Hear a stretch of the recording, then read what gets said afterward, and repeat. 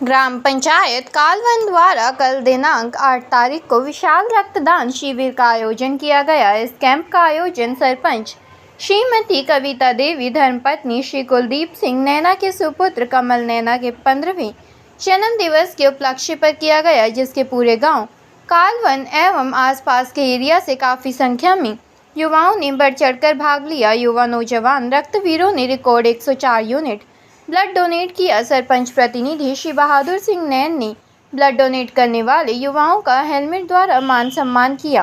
रक्तदान शिविर में समस्त ग्राम पंचायत मेंबर एवं सरपंच प्रतिनिधि के भाई सुरेश कुमार नैन, चंदगी नंबरदार चांदीराम मलापुर, सरपंच भारत राज जोगिंद्र नैन, भक्त हवा सिंह, समुद्र नंबरदार राम स्वरूप शर्मा, भानाराम वरदान नैन, जेपी काला, ईश्वर नैन, सतीश भाते, कपिल आर्य, पाल कृष्ण नैना, बलबीरा, दलबीर नैन, लीलू राम, अनिल नैन, राजा राम, मीश, नटवर आदि सम्मिलित हुए।